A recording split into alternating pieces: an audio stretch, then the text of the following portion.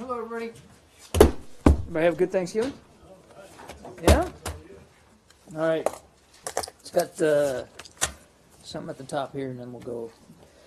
This morning, I think you may have seen our note. Washington-based ambassadors and senior diplomatic representatives from the 68-member Global Coalition to Counter ISIL gathered at the Department of State to review the status of our global campaign to defeat this terrorist organization and to discuss next steps.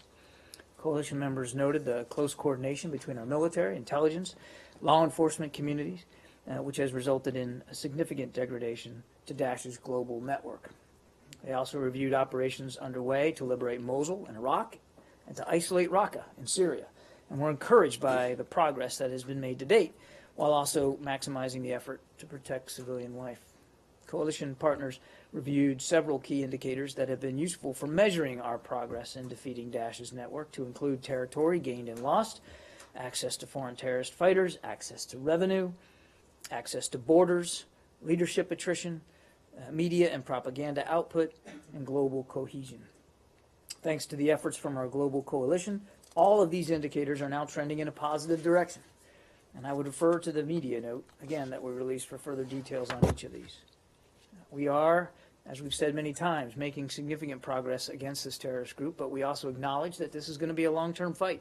It's going to require constant international cooperation and pressure, and the application of maximum pressure, indeed, to sustain the momentum achieved to date. At today's meeting, coalition members underscored our shared commitment to remain resolute and on the offense across all lines of effort until our mission is complete. And to remind, not all those lines of effort are military. Those are the ones that get the headlines, but that's not the sum total of everything we're doing against Daesh. So with that, we'll let you start, Dave. Thank you very much. Parallel to that, the other crisis in Syria, can you give us an update on the status of talks in Geneva with your multilateral partners on the Syrian civil war? They still are ongoing. The multilateral effort, the teams are still discussing ways to get at a framework for a cessation of hostilities. Pardon me. I don't have a specific readout to give you, as we've sort of avoided doing that day by day. But the talks are ongoing, and again, we wouldn't be there, we wouldn't be participating in them if we didn't think there was a reason to do so. As they continue, a good chunk of formerly rebel-held eastern Aleppo has fallen to regime forces. Is that something that you've brought up with your Russian partners in these talks? We haven't missed an opportunity to continue to raise our deep concerns, indeed outrage, at the continued bombing and siege of Aleppo, and we'll continue to do that in every forum and through every venue that we have available to us. Is it your understanding that Russia is an active participant in the assault on eastern Aleppo? Well, again, I'm not going to get into an order of battle here, as I've said. What I will say, and we've said before, is that Russia has considerable influence over Assad. And when they have shown in the past that they're willing to use that influence for a positive outcome, it makes a difference. What we've continued to assert is that Russia bears the ultimate responsibility here for what the Syria regime is doing and being permitted to do in terms of the devastating civilian casualties and destruction of civilian infrastructure, to include hospitals, in and around Aleppo. And we've made that clear time and time again. But in terms of whose aircraft is flying and all that, I don't have that kind of information, and wouldn't be appropriate for me to deliver it from this podium in any event. But clearly, tactical aircraft continue to bomb neighborhoods in Aleppo. Clearly, there's still shelling. Hospitals now are all but shut down. I saw a statistic this morning that for the roughly 120,000 children that we estimate, the UN, estimates, is in Aleppo, there's 2 pediatricians. Unfortunately, many of the casualties that are being suffered by children don't necessarily need pediatric care, but it just goes to the point that medical professionals are increasingly at a loss to take care of just basic health necessities there in Aleppo. And I saw a quote from a resident of Aleppo that their concerns are now beyond just food and water. It's the slaughter, and slaughter was the word that this individual used. Well, I don't have any more on Syria, so. Could I? Yeah. Syria? Syria? Okay. Could we stay on Syria? Now, Sure. you're saying slaughter, right? I didn't say that. I No, said, you as resident you of said that Aleppo resident- referred to the right. fact Do you that- believe statements that speak of slaughter in Aleppo? we've talked about atrocities. We've talked about the utter disregard for civilian life. And yes, I think by any stretch, if you just look at what's been happening on there, innocent people are being slaughtered in Aleppo. Is there any way to have some sort of figures on what's going on, the death ratio or the slaughter ratio? That is Saeed, ongoing in Aleppo? you can go online and look at these reputable aid organizations that are keeping track as best they can, and they'll tell you that literally, thousands of people in Aleppo are being affected, killed, wounded, and affected on any given day. Okay. Now, considering the fact that in the portions of Aleppo, which are the larger portions of Aleppo, that are under government control with about 1.5 million people, where, life goes on semi-normally and so on, wouldn't it be better once the government or government forces regain control over eastern Aleppo, that they can provide those kind of services that have been denied them? Government in the forces? past? Yes.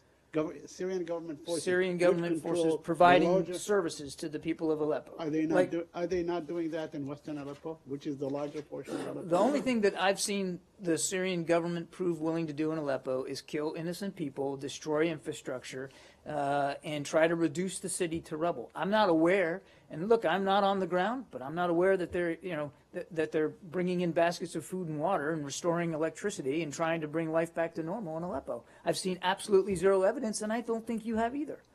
Have you gathered, or have you been able to gather any kind of information on how things are going, or what is the situation in western Aleppo under government control? I in terms of schools and hospitals and things like that? I'm not capable of breaking it down by neighborhood here. Again, every bit of information we get, and we get it from a lot of different places, continues to tell a story of a city under siege, a dwindling population that is increasingly being killed by its own government, with the support of backers of that government, to include Russia. And again, you don't have to look any further than going online or looking at television coverage to see what's going on there. And it's been going on steadily now, day after day after day. I have a couple more.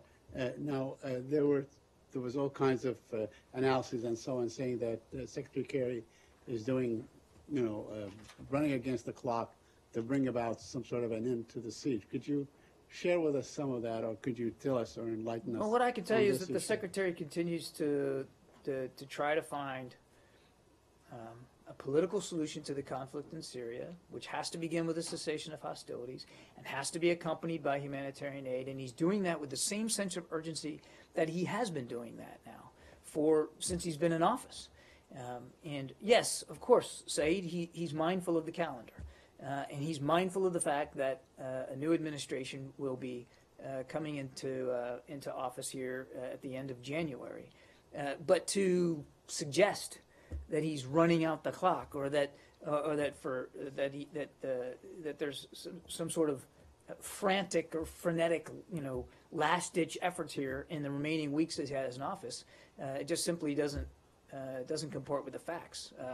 The Secretary has always had a sense of urgency about trying to solve the conflict in Syria through a political solution. And since Aleppo has come under siege now for the last several months, it has always been something on his mind. It has always been something that he has raised with Foreign Minister Lavrov and with other foreign ministers of involved nations and with the ISSG. I mean, this is, I can assure you that the pressure he's applying, that the effort that he's expending is at the same level as it has always been, and that is pretty much full tilt. On the subject, Yeah, go ahead. They're having quite a few phone calls between Secretary Kerry and Foreign Minister Lavrov in the past few weeks, and we know very little about, the public knows very little about what they were about. And my understanding is that Secretary Kerry has been trying to stop the operations to retake eastern Aleppo. How does he offer to do that? Have they discussed any possible deal? So a couple of things on your question. First of all, this reporting out of Moscow that there's been some sort of flurry of phone activity is just not true. The last conversation that he had with Foreign Minister Lavrov was on Tuesday, and we pretty much, and the Russians read them out almost immediately after they're done, and then we confirm them. And I think if you go back and you can look, that there's been a consistent level of communication. But this idea that that it's unprecedented levels, or however it was characterized by some spokesman over in Moscow, is just false. Okay. Number two. Same level of Yeah, communication. same level. Number two. I don't know that I agree with your assertion that the public has little idea about what the conversations include, because the Russian side reads them out almost instantaneously as soon as the conversations are over, and then we come and we background you with, or actually provide the context, from our perspective. So I think to both the foreign minister's credit and Secretary Kerry's credit, we've been pretty open about when they speak and what in general they speak about. So I don't think it's been, there's been no effort to sort of hide that conversation. The third point that I'd make to your question is that they had, before we went to a multilateral format, certainly there were bilateral discussions of a very serious concerted nature with the Russians to try to get to a cessation of hostilities. That failed because the Russians didn't prove willing to meet their commitments. So we went to a multilateral format, which includes Russia. So, of course, the Secretary is going to continue to have conversations with Foreign Minister Lavrov in the context of those multilateral discussions, and that will continue. So, to more specifically answer your question about what the Secretary has proposed, I'm not going to get into the specifics. Those talks in Geneva are ongoing, and I haven't yet, and I'm not going to start sort of reading out the eaches of every day.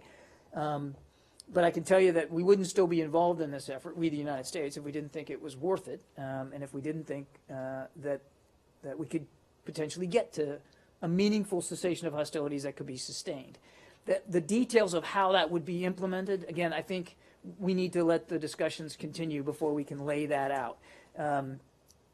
What I can tell you from the U.S. team's side, we're going to continue to try to establish a framework by which a cessation of hostilities can actually be put in place, maintained, and enforced, so that Framework. what we really want, we want one that is enduring across the country. Right now, the focus is very specifically on Aleppo, I think for good reason. But eventually, we'd like to get one The that's talks are focused on nationwide. what's happening right now, rather than a long-term. The multilateral planning efforts process. that are being the multilateral discussions in Geneva are more specifically focused on Aleppo right now.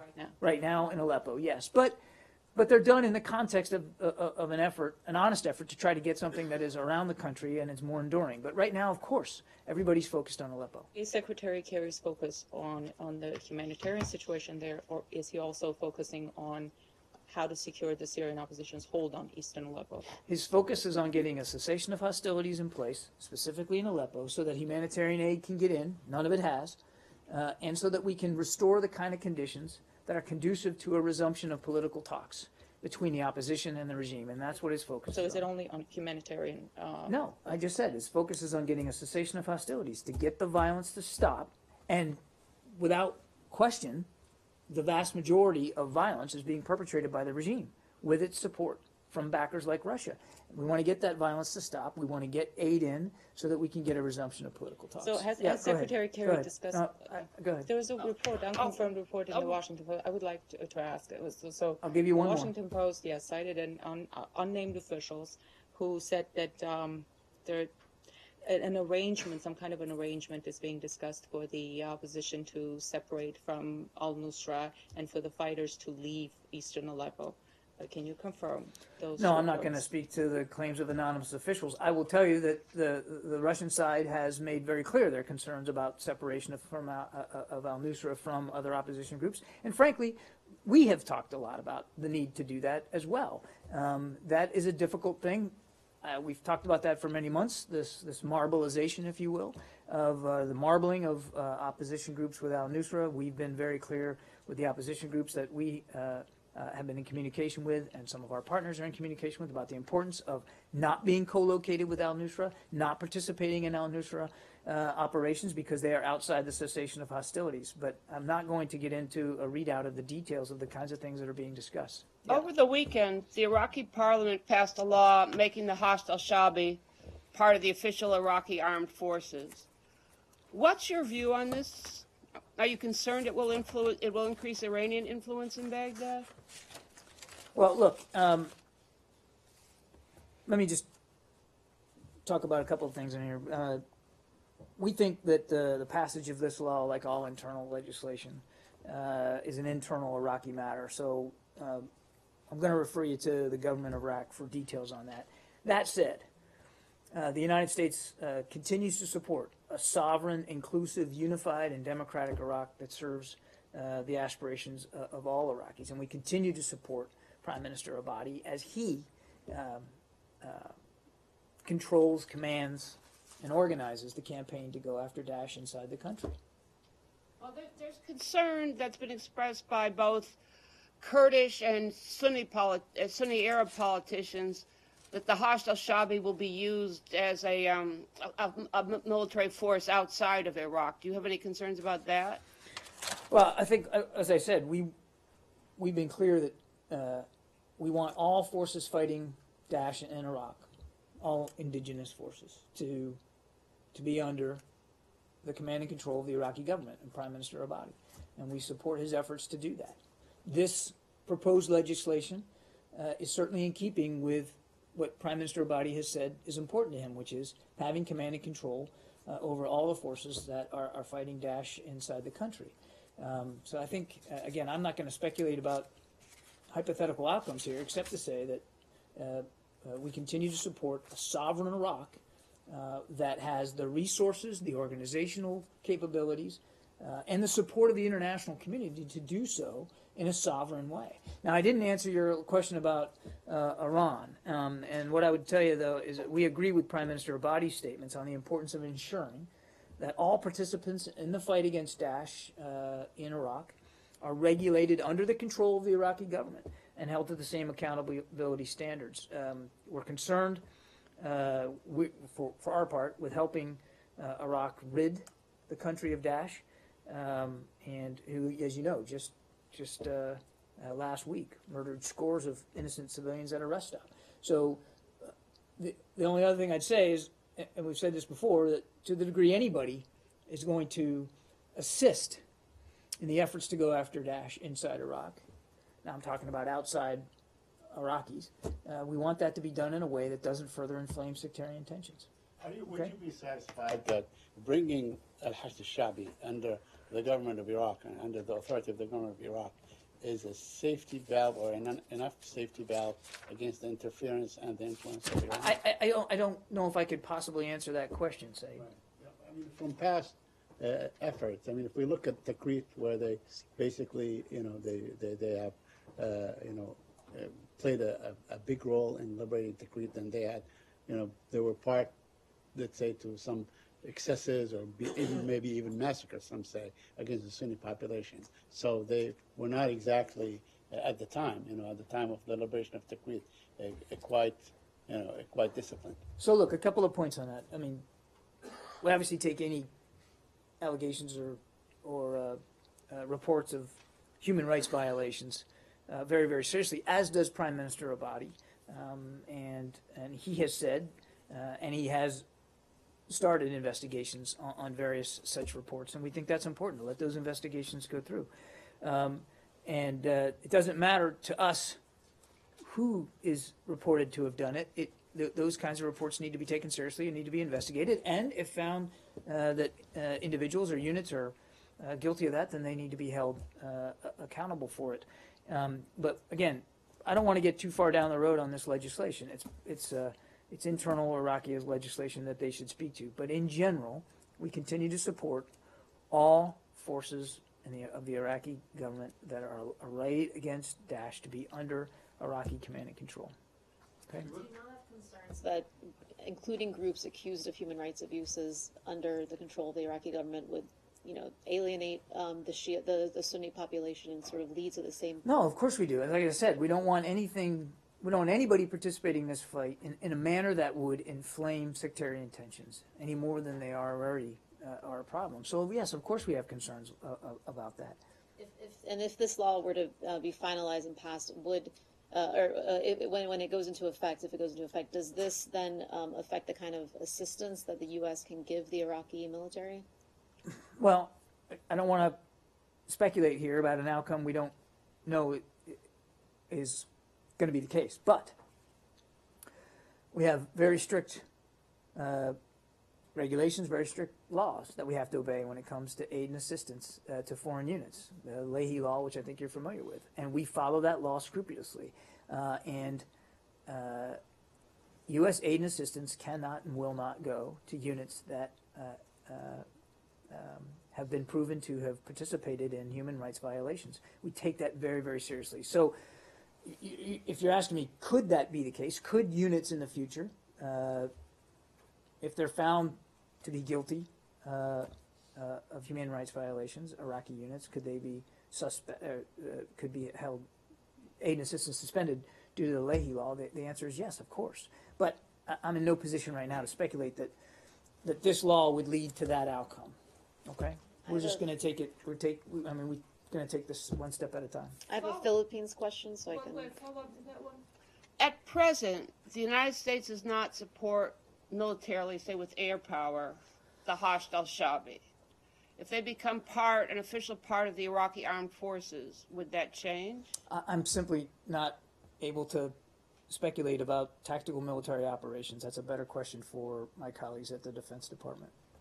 I have a Philippines question. Philippines President Duterte said in a speech today that the United States had threatened to jail him in the International Criminal Court because of his drug war.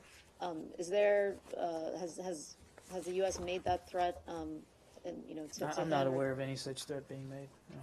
A follow-up to that, then, Sure. BuzzFeed today reported that the police units in Manila and other parts of the Philippines that are still receiving training and funding from State Departments are engaged in this drug war, including the extrajudicial killings associated with that. Yeah, let me. As you mentioned, the Leahy Law, Senator Leahy has expressed concern as well. Of course. So a couple of things on that, and I think you've heard us state it before. We remain deeply concerned by reports of extrajudicial killings by or at the behest of government authorities in the Philippines. Historically, State Department-funded training has aimed to transfer the Philippine National Police into a modern, sustainable, democratic police force capable of effectively providing internal security in difficult conditions, while, of course, demonstrating respect for democratic principles and human rights. Since the start of the drug campaign, our law enforcement assistance has been refocused away from narcotics control to supporting maritime security efforts and to providing human rights training to the Philippine National Police. Our assistance programs expand Philippine capacity to conduct effective, lawful investigations and professionalizes the criminal justice system so that it is more accountable, transparent, effective, and just. And just to remind, the United States vigorously vets all units and individuals before providing assistance to the security forces of the Philippines, as we do elsewhere around the world. That changes specifically in response to concerns you have over the way the drug war is being pressed. I would say you've heard us several times from this podium express our concerns about reports of extrajudicial killings in the Philippines. And as I said, since the beginning of this counter-narcotics campaign, we decided the prudent thing to do was to refocus the way that assistance was being spent. Yeah. On Yemen, can you give us an update as to what is the status there after all this talk about a ceasefire and a peace deal? There are reports that the Saudi-led coalition have carried out airstrikes again, killing a number of civilians in Hodeidah. What do you have on that? Well, I would tell you that obviously we continue to support efforts to get a cessation of hostilities and a peaceful resolution to the conflict. We certainly have seen reports in just the last several days of continued strikes and violence. We continue to call upon all sides to cooperate with the UN Special Envoy and to renew their commitment to a cessation of hostilities as quickly as possible. Has the Secretary been in contact again with the principals he was? I'm not Talking aware of to- any follow-on conversations that he has had with the principals, but he continues to have discussions with regional partners about the situation in Yemen and about how to get a cessation of hostilities in place. Yeah. South Korea, Yeah. what does the state make of, obviously, these 5 weeks in, continued massive protests, calls for President Park to resign? Obviously, they're a major ally. Are there any concerns in this building about stability, either as it relates to our relationship with Seoul or just in the peninsula in general? Well, I mean, so a couple of things there. Obviously, the Republic of Korea remains a steadfast ally, friend, and partner. Nothing's going to change about our commitments to that alliance and to our commitment to the security of the peninsula. Certainly, we have seen the press reporting of the political protests. I would let the protesters and the government of Korea speak to that. You know where we stand on the right of peaceful protest and assembly, and we continue to support that around the world.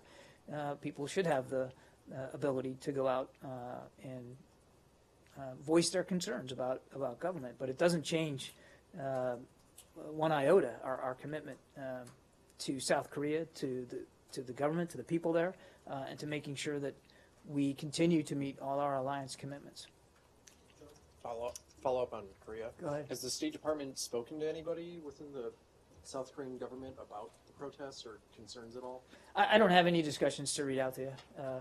I'm sure our embassy out there is in constant, as they are, daily contact with their counterparts there. But again, it's a democracy, and that's how democracies work.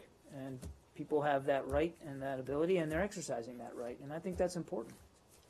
Do you have a reaction to the election of a new parliament in Kuwait on Saturday? And Kuwait, you guys are jumping me all over the place here, man. You got to give me a few seconds to find the right tab. Jeez whiz. Going from one part of the book to the next. We can stay on Korea. You want to stay on Korea? We congratulate Kuwait and its people on a successful holding of a national parliamentary election. National parliamentary elections, plural. Kuwait has long been a regional leader with respect to constitutional governance, as reflected by Saturday's free and competitive legislative elections. Yeah.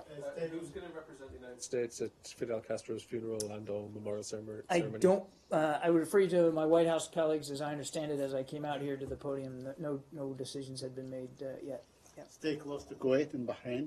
Okay. The Bahrain Center for Human Rights is citing numerous violations of human rights in the last 10 days, including the enforced disappearance and targeting of women and human rights activists, the delay of the Nabil Rajab trial, arbitrary arrest, and so on, all week long. I mean, a whole number of things. So, first of all, are you aware, are you calling on the Bahraini government, your ally, to refrain from these violations? Well, look, I would say that we're aware of these reports. I think we've certainly made clear consistently our concerns over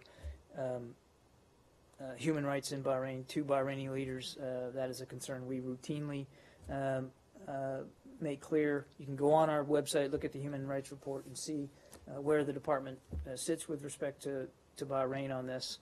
But I don't have anything additional or more specific with respect to these reports. We are aware of them. We routinely make clear our concerns.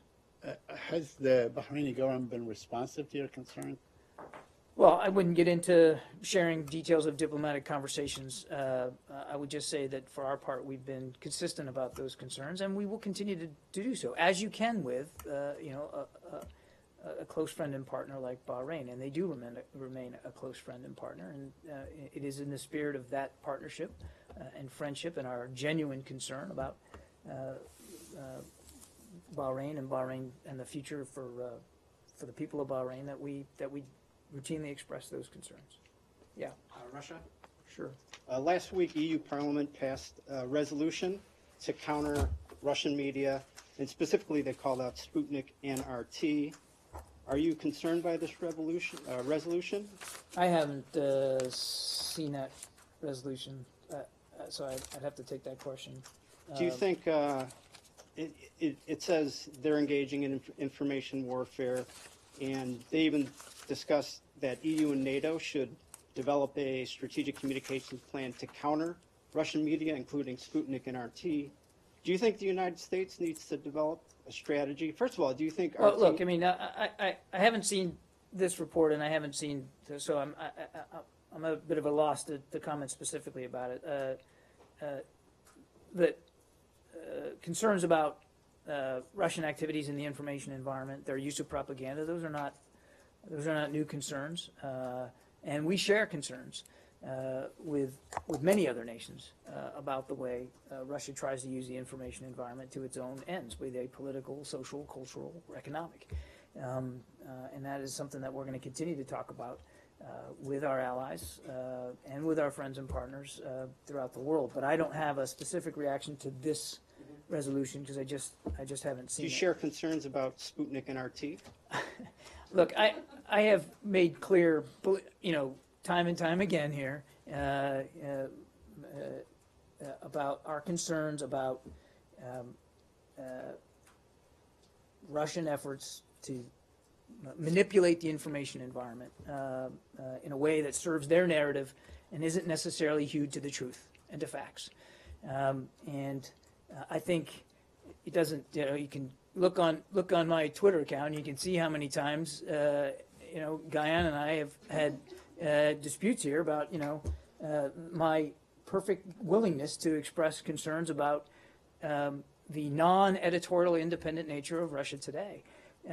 But I don't have a specific concern with respect to this resolution and what you're saying in terms of it calling out specific media outlets. Well, not specifically to... And the other thing, let me just, if I could just add, you're here and you're here. We credential you. We allow you to come into the State Department, into this briefing room. Even though, as I've said, clear, I have some concerns about the editorial independence of some Russian outlets, but you're allowed in here, and you will continue to be allowed in here to pose whatever questions you want of me, including ones today that I can't answer because I just don't know about. But I think that's important. I mean, and if you don't mind, let me just hit this point again. I think it's that here at the United States State Department, we don't parcel people out like that. And we allow you to come in here and ask whatever you want. And we do the best we can to provide the information that we can.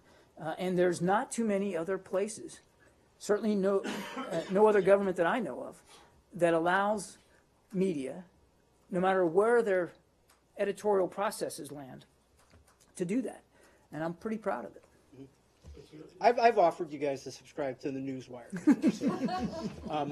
But John, one other thing. They parallel us. Let him finish. They parallel us with Islamic State propaganda within this resolution.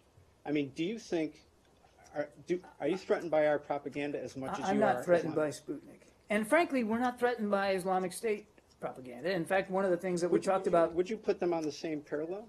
Would I put... Would you put them on the same plane? Sputnik on the same level with Islamic State? No. Propaganda? No, I would not. Okay.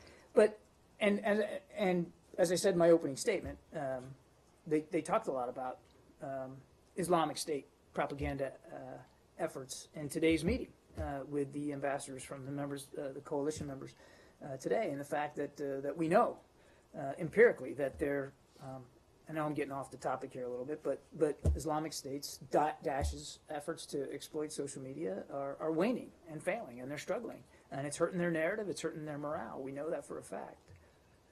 Okay. All right. Thanks, everybody. Have a great day. Hope everybody had a good Thanksgiving.